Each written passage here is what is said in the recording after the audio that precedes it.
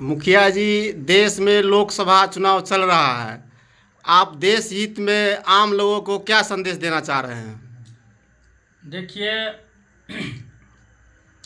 हम 2016 से ग्राम पंचायत राज उघरा महापारा के मुखिया हैं और गरीब के जीवन से हम रूबरू हुए हैं।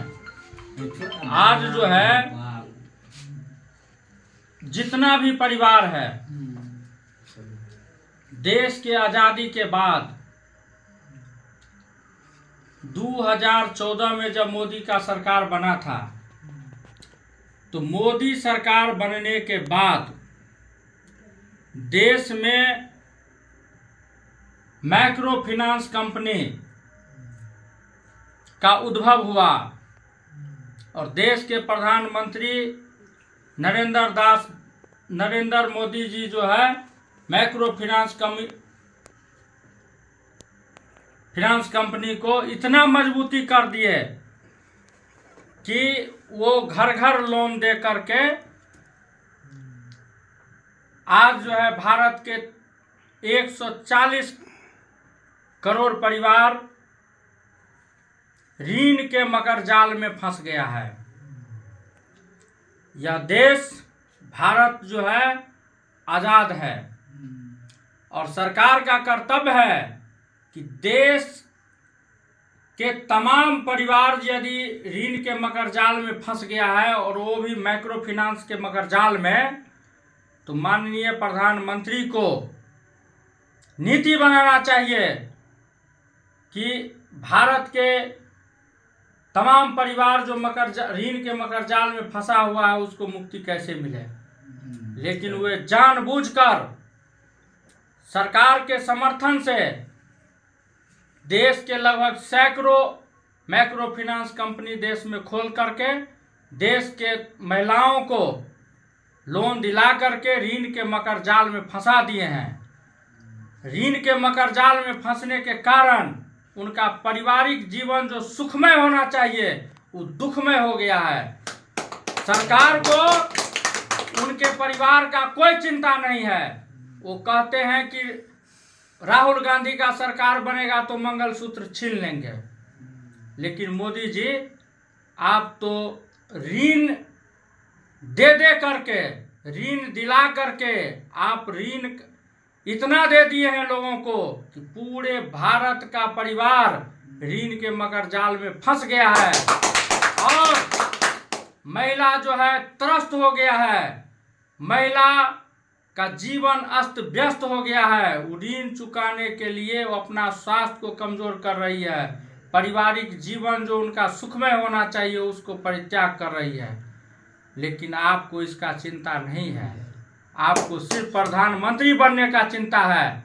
आपने 2.5 लाख करोड़ रुपया भगोड़ा उद्योगपति को ऋण माफ कर दिया, लेकिन आपके अंदर यदि गरीब के प्रति दर्द रहता तो 1 लाख करोड़ रुपया जो है जितना ग्रामीण महिला लोग लोन लिए हुआ है उसको आप माफ कर देते।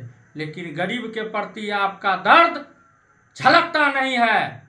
आप जो है पूंजीपति के प्रधानमंत्री हैं, आप भारतीय जनता पार्टी के प्रधानमंत्री हैं, आप हिंदुस्तान के प्रधानमंत्री नहीं हैं, आप गरीब के प्रधानमंत्री नहीं हैं। इसलिए 2024 के लोकसभा चुनाव में आपके खिलाफ ग्रामीण महिला, गांव और गरीब एकजुट होकर के लोग जो है सो महागठबंधन के पक्ष में मतदान कर रहा है। निश्चित रूप से आप मोदी जी 2024 में 4 जून को आपको गद्दी छोड़ना पड़ेगा, क्योंकि आप गरीब को तरसाए हैं, गरीब को मकर जाल, ऋण के मकर जाल में फंसाए हैं। आपने प्रधानमंत्री आवास को बंद कर दिया।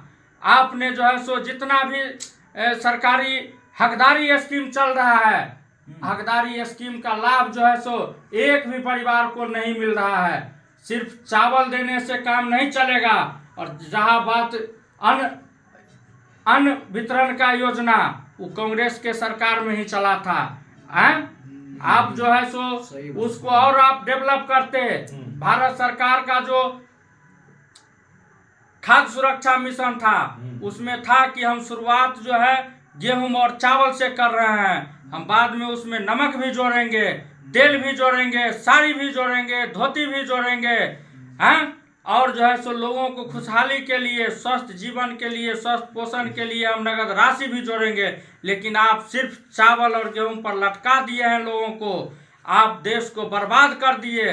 आप भारत के तमाम परिवार को ऋण के मकर जाल में फंसा दिए हैं। आपको जो है सो भारत के जितना भी परिवार है वो आपको प्रधानमंत्री के पद से निश्चित रूप से उतारेंगे। आप भारत के हित में नहीं, आप पूंजीपति के हित में काम करते हैं, आप अमीर के हित में काम करते हैं। आप जो है सो गरीब के हित में काम नहीं कर रहे हैं। इसलिए गांव और गरीब आपके विपक्ष में है। आप गांव और गरीब के हितैषी नहीं है, आप पूंजीपति के हितैषी हैं, आप उद्योगपति के हितैषी हैं। आज पूरा भारत के महिला परिवार के मुखिया जो महिला होती है वो ऋण के मकर जाल में फंसा हुआ है। माइक्रो फाइनेंस ऋण, आपको उस महिला के प्रति दर्द नहीं है मोदी जी, इसीलिए आप सावधान हो जाइए। हमारे माननीय तेजस्वी प्रसाद यादव जी कहे हुए हैं कि रक्षाबंधन के अवसर पर हम एक परिवार को 1 लाख रुपया देंगे। वो इसीलिए दे रहे हैं कि ये ऋण से उनको मुक्ति मिल जाए। इसीलिए तमाम महिला जो अपने घर का मुखिया है वो जो है सो महागठबंधन सरकार को, कहीं लालटेन को, कहीं कांग्रेस को, हाथ छाप को, इस तरह महागठबंधन सरकार के पक्ष में है। मोदी जी, आप गांव और गरीब के दुश्मन हैं।